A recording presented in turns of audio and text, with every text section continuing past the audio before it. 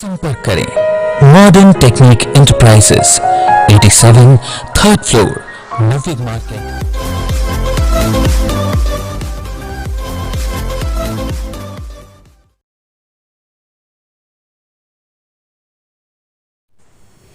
जनता में वही मुद्दे जो मैं आपको पीछे भी रिपीट कर रहा हूँ दोबारा। एक तो सुरक्षा, नारी सुरक्षा का, और उसके बाद हिंडन और लाइन पार में अपना डिग्री कॉलेज लड़कियों के लिए, उसके पश्चात पेयजल योजना। उसके बाद एक मुद्दा भी मेरे दिमाग में आया, वो है तहसील का। तहसील की वजह से वहाँ के लोग बहुत परेशान हैं, जो कि गाड़ियाँ वहाँ पर खड़ी होती हैं, वो लोग वहाँ के जो रहने वाले बाशिंदे हैं वो बहुत परेशान हैं। तो तहसील को यहाँ से हटवा के कई अन्य जगह पे, खुली जगह पे, जिससे कि जैसे मधुबन बाबू धाम है, आज जीडीए की वो योजना है वो चल नहीं पा रही है। अगर तहसील वहाँ जाएगी, लोग वहाँ जाएंगे तो वो योजना भी उठेगी, उसको भी वहाँ से हटवाने का काम करूँगा। आप किससे मानने में किसी से नहीं, कौन से नंबर की लड़ लो? पहले नंबर की। सुशांत जी, कांग्रेस पे ये आरोप लग रहा है कि कांग्रेस पार्टी पैसे लेकर के टिकट बांट रही है, इस पर क्या कहना है आप? कांग्रेस पार्टी कभी पैसे नहीं लिए।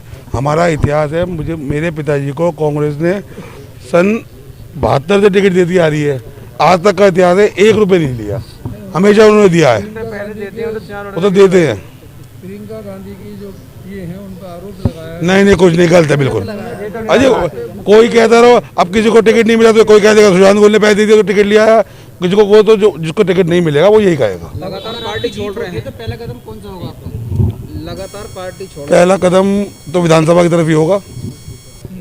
पहला कदम तो विधानसभा की तरफ ही होगा। कांग्रेस के पार्षद जो है पार्टी छोड़ के जा रहे हैं, समाजवादी पार्टी ज्वाइन कर रहे हैं, क्या कहना चाहेंगे आप लोग अध्यक्ष जी से बात करें। 4.5 साल जो जिसने मलाई खा ली, वो लोग अगर जा भी रहे हैं तो उनका निजी स्वार्थ है, और या जो वहाँ कैंडिडेट हैं वो पैसे के दम पे उनको खरीद रहे हैं। इस तरीके की जो है बातें आ रही हैं सामने, और अगर स्वार्थ उनका नहीं होता तो अब कौन सी जो है नई बात हो गई? बदलते तो अब से 6 महीने पहले जाते, साल भर पहले जाते, तो कहीं ना कहीं निजी स्वार्थ में कोई कहीं जा सकता है, और उसे पब्लिक सेवा नहीं करनी। पब्लिक अब जाएंगे क्षेत्र में लड़ने, हारेंगे, पता लग जाएगा कि कैसे पार्टियां बदलते हैं।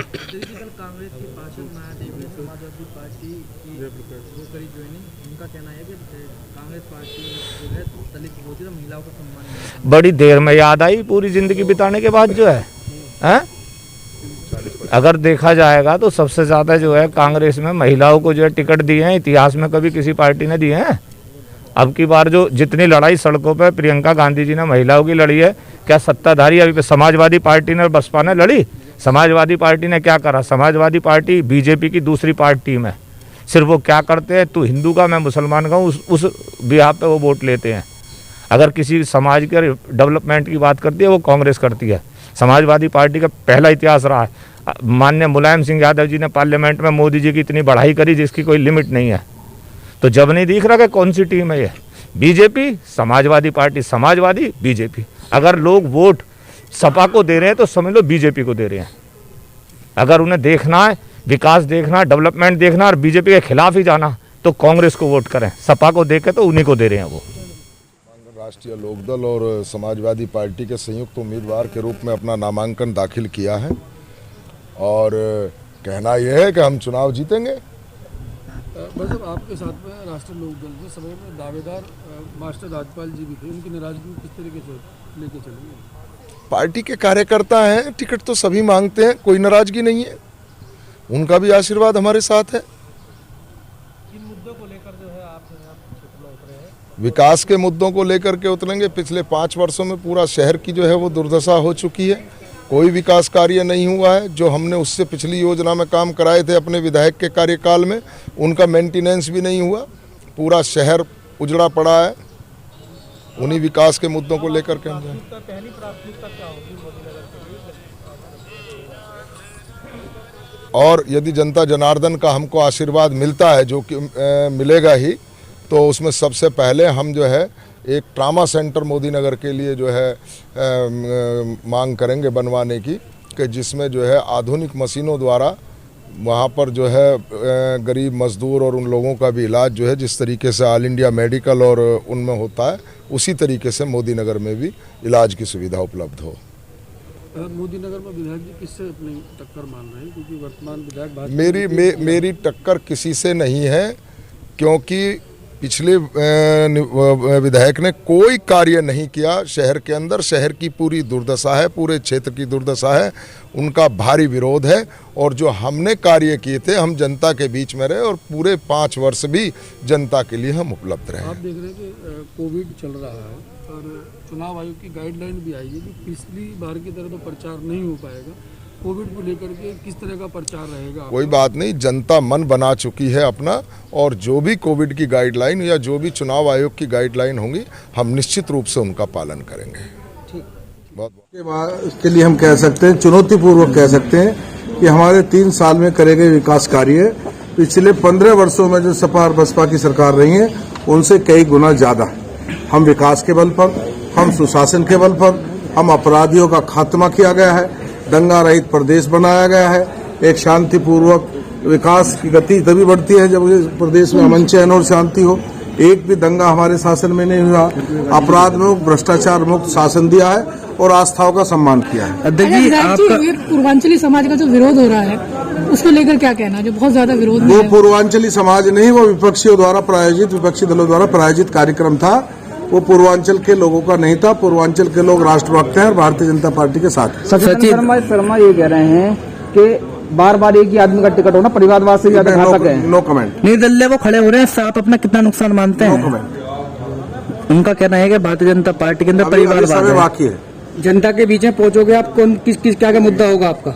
मैंने बताया ना, बता दीजिए। हमारा मुद्दा है विकास, हमारा मुद्दा है सुशासन, हमारा मुद्दा है आस्थाओं का सम्मान, अपराधियों का खात्मा, माफियाओं का विधायक जी, भारतीय जनता पार्टी से और भी दावेदारों ने दावेदारी की थी लेकिन उनका टिकट नहीं हो पाया, तो इसको लेकर उनके अंदर थोड़ी सी नाराजगी है। इसके ऊपर क्या आप कहेंगे? कोई नाराजगी नहीं है। भारतीय जनता पार्टी का एक एक कार्यकर्ता संगठित है, वो राष्ट्र के लिए समर्पित है, वो विचारधारा के लिए समर्पित है।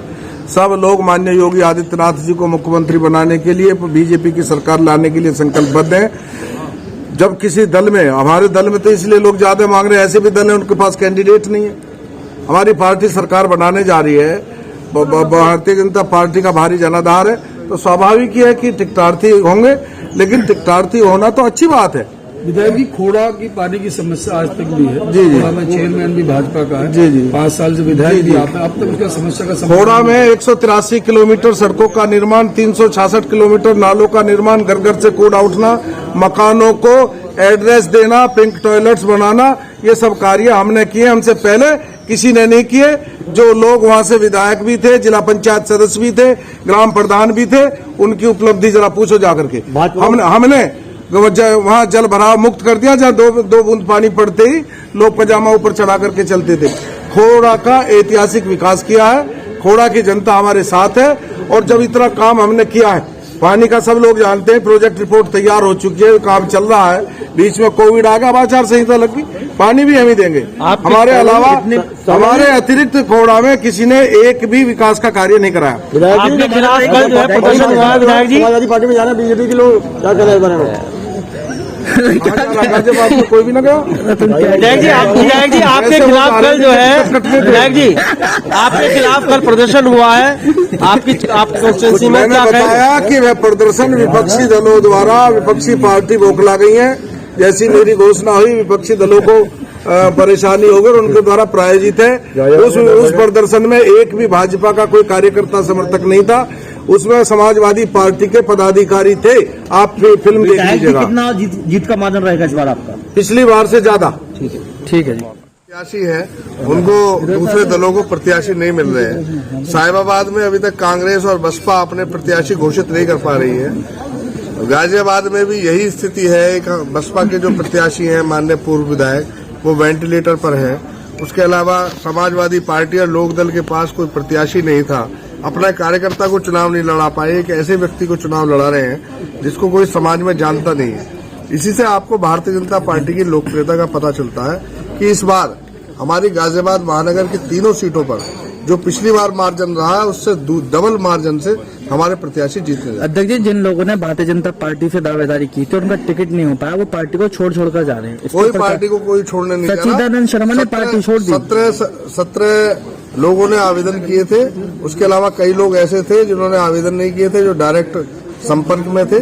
तो सच्चिदानंद शर्मा नाराज क्यों है? इतनी बड़ी पार्टी है, इतना बड़ा सिस्टम है, और सच्चिदानंद शर्मा जी से बातचीत की जा रही है, संपर्क में है वो, निश्चित रूप से उन्हें मनाकर वापस ले लिया अध्यक्ष जी, कल मंत्री जी के खिलाफ पर्चे बटे हैं शहर के, उस पर आप क्या कहना? देखिए, ये जो जब चुनाव आता है तो इस तरह के प्रोपेगेंडा विपक्ष के लोग करवाते हैं। जो इस तरह का प्रदर्शन साहिबाबाद में है या गाजियाबाद में है, ये सब विपक्ष के जो प्रत्याशी है बौखलाए हुए किसी भी तरह से वो हमारे जो पार्टी के प्रत्याशी है उनका मार्जिन कम करना चाहते हैं। लेकिन जनता ने इस बार पूरी तरीके से स्वीकार कर लिया है कि इस बार जो मार्जिन होगा पिछली बार से भी डबल होगा। गाजियाबाद में समाजवादी पार्टी के जिला अध्यक्ष का ये कहना है कि भारतीय जनता पार्टी के कार्यकर्ता सोशल मीडिया पर अखिलेश यादव की फोटो लगाकर गलत टिप्पणियां फैला रहे हैं, इसके ऊपर क्या आप कहेंगे? नहीं, हमारा कोई ऐसा नहीं है। अगर कोई ऐसा है हमारा कार्यकर्ता तो उसे सामने लेके आए। आचार संहिता लगी है।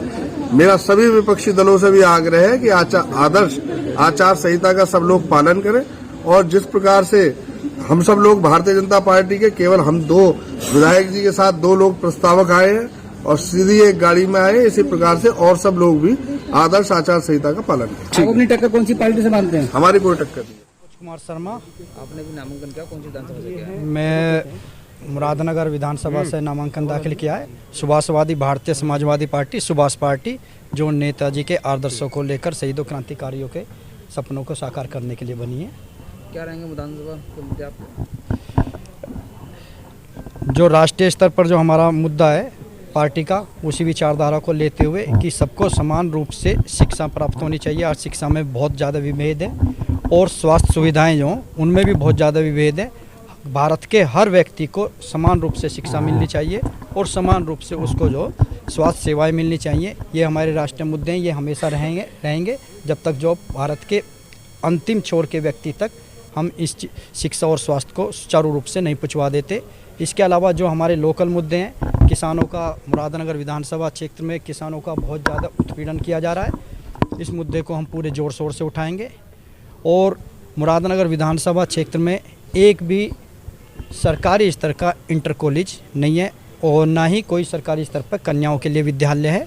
इनको खुलवाने का हम प्रयास करेंगे। आपकी विधानसभा में शहरी और ग्रामीण दोनों क्षेत्र लग रहे हैं जी। किस तरीके से जनता के बीच जा रहे हैं और क्या मुद्दे लेकर जा रहे हैं? सर, मैंने बताया जो मुद्दे हमारे राष्ट्रीय स्तर के मुद्दे हमने बताए, जो निजी मुद्दे हैं वो हमने आपको बताए, और घर घर हम अपने इन मुद्दों को लेकर जनता के बीच जा रहे हैं और हमें जनता का बहुत अच्छा प्यार मिल रहा है।